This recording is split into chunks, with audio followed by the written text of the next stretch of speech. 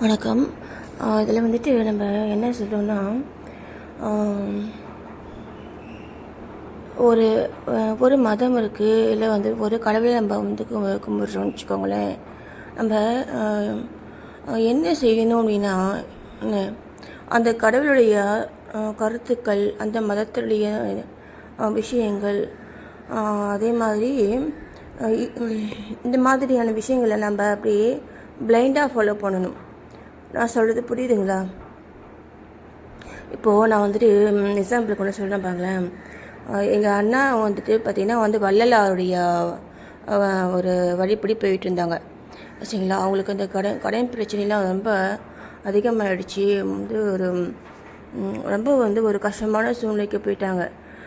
அப்போது வந்துட்டு சரி, நம்ம இதிலே நம்ம வந்துட்டு எஸ்கேப் ஆகணும் அப்படின்ட்டு நினைக்கும் பொழுது, அவங்களுக்கு யாரோ வந்துட்டு வள்ளலா கிட்டே போங்க அப்படின்னு சொல்லியிருக்காங்க.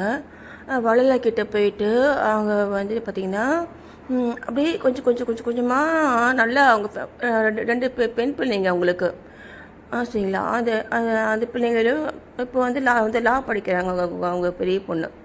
சரிங்களா? அவங்க சூசைட் பண்ணிக்கணும் அப்படிங்கிற தாட்டுக்கே போயிட்டாங்க. அவ்வளோ பிரச்சனை அவங்களுக்கு அந்த சமயத்தில்.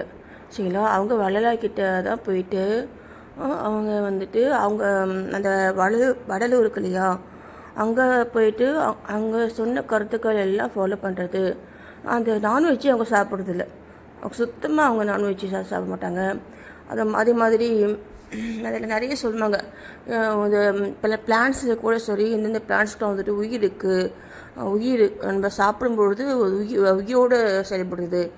அது என்னென்னா, இது இஞ்சி மஞ்சள் இஞ்சிலாம் கிழங்குலாம் நம்ம மண்ணில் போட்டால் முளைக்குது இல்லை, அப்போது அந்த பொருளையும் வந்துட்டு உயிர் இருக்குது. அப்போது அந்த உயிர் கொஞ்சம் செய்யக்கூடாதுன்னு அவர் சொல்கிறாரு. அதனால் நாங்கள் வந்துட்டு இதெல்லாம் கூட நாங்கள் வந்து சாப்பிட மாட்டோம்.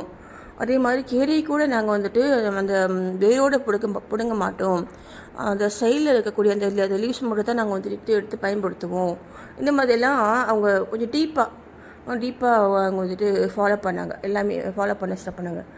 நானும் எங்கள் பாப்பாவும் ஏதோ கூப்பிட்டாங்க. என்ன காரணம்னு தெரியல. சும்மா நானும் எங்கள் பாப்பாவும் வந்துட்டு போனோம்.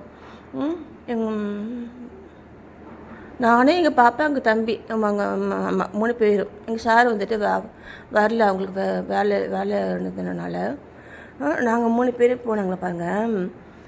போயிட்டு அவங்க வந்துட்டு மறுநாள் வந்துட்டு நாங்கள் வந்துட்டு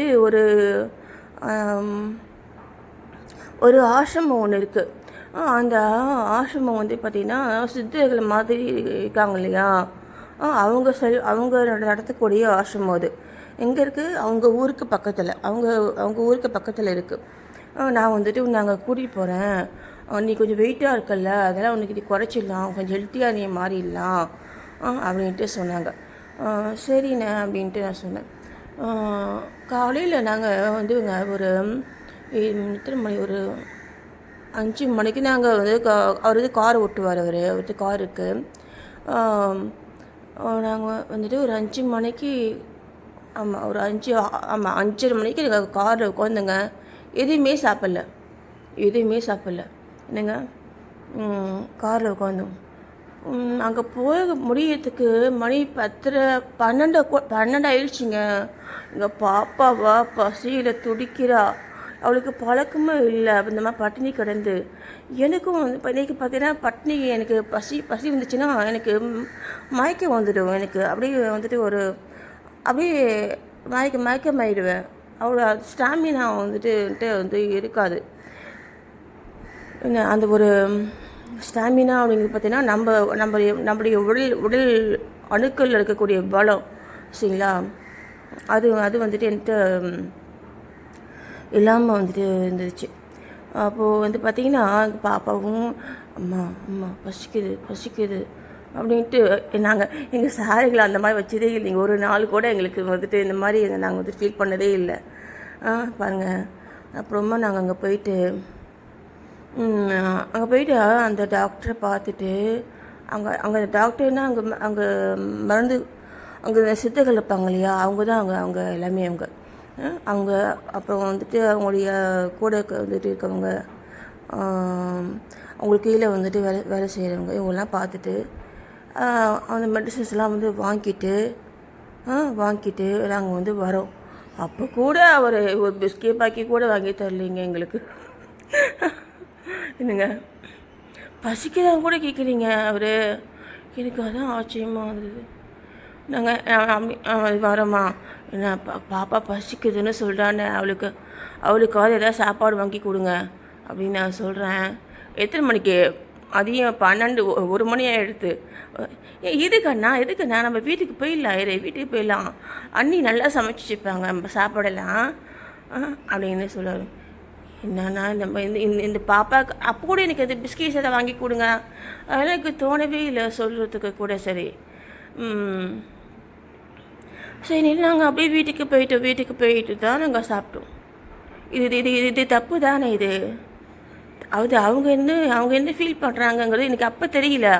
ஆனால் அங்கேருந்து வந்த அப்புறமா எனக்கு தெரிஞ்சது என்ன தெரியுமா, இப்போ இவங்க வந்து வசதியாக இருக்காங்க, இவங்க வந்துட்டு இப்போ இந்த பசி அப்புறம் இந்த சில துன்பங்களை வந்துட்டு அவங்க வந்து பார்த்துருக்க மாட்டாங்க. அந்த துன்பத்தை நம்ம வந்துட்டு அவங்களுக்கு நம்ம காமிக்கணும் அப்படிங்கிறது வந்துட்டு அவங்களுடைய தாட்டாக வந்துட்டு இருந்திருக்கு. ஏன்னா அவங்க அந்த துன்பங்களை வந்துட்டு அவங்க பார்த்துருக்காங்க. அதனால் அவங்க வந்து இவங்களுக்கும் நம்ம காமிக்கணும், ஏன்னா இவங்களே பெரிய ஆளாங்க அப்படின்ட்டு அந்த மாதிரியான ஒரு சில எண்ணங்கள் அவங்களுக்குள்ள அது வந்ததுனால தான் அவங்க இந்த மாதிரி வந்துட்டு பிஹேவ் பண்ணாங்க. போய் இந்த வள்ளலார் இதில் வந்துட்டு இருக்கிறதுக்கு அந்த தகுதி உங்களுக்கு வந்துட்டு இல்லை இல்லையா உங்களுக்கு? இல்லையா? வாடின பயிர் கண்ட போதெல்லாம் வாடினேன்னு சொன்னவர் தான் வள்ளலார் இல்லையா? அப்போது அவரு கூட வாயில்லாத ஓரறிவு உள்ள ஒரு புல் வாடினது கூட அவரால் வந்துட்டு தாங்க முடியாமல் அதுக்கு மேலே செய்யணும்னு நினச்சார். அந்த இறக்க சுபாவம் வந்துட்டு இருக்கவங்க தான் இருக்கவங்களுக்கு தான் வந்துட்டு அவருடைய அருள் வந்து கிடைக்கவில்லைங்களா? அது தானே உண்மை. அப்படி நம்ம வேறு என்ன பண்ணாலுமே கிடைக்காதுங்க இல்லையா? அதனால தான் நான் சொல்கிறது, நம்ம என்ன மதத்தில் என்ன மதத்தில் என்ன கடவுளை கும்பிட்டாலும் அந்த கடவுள் சொல்லியிருக்கிற விஷயங்களை அப்படி பிளைண்டாக ஃபாலோ பண்ணணும். சரி, நமக்கு தெரியாது, நமக்கு அதெல்லாம் வந்துட்டு புரிஞ்சிக்கக்கூடிய திறமைலாம் இருந்துச்சுன்னா ரொம்ப சந்தோஷம். சரியா? நீங்கள் வந்துட்டு புரிஞ்சுக்கலாம். அப்படி இல்லாத பட்சத்தில் அந்த கடவுள் சொல்லிக்கிறத நம்ம அப்படியே பிளைண்டாக கண்மூடித்தனமாக ஃபாலோ பண்ணுறது தான் நமக்கு நல்லது. அப்போ தான் நம்ம அந்த கடவுள் மூலமாக நம்ம லாபம் வந்து அடைய முடியும். நம்ம இவ்வளோ நேரம் நம்ம செலவு பண்ணி நம்ம சாமி கும்பிட்றதுக்கும் ஒரு பயனுள்ளதாக இருக்கும். அதுதான் நம்ம ஃபேமிலிக்கும் வந்துட்டு நல்லதாக இருக்கும். ஏன்னா அந்த கடவுளுக்கு வந்துட்டு ஒரு அருள் செய்யணும் தானே நீங்கள் சாமி கும்பிட்றீங்க. அதெல்லாம் கிடைக்கிறதுக்காக தான் சொல்கிறேன். நன்றி.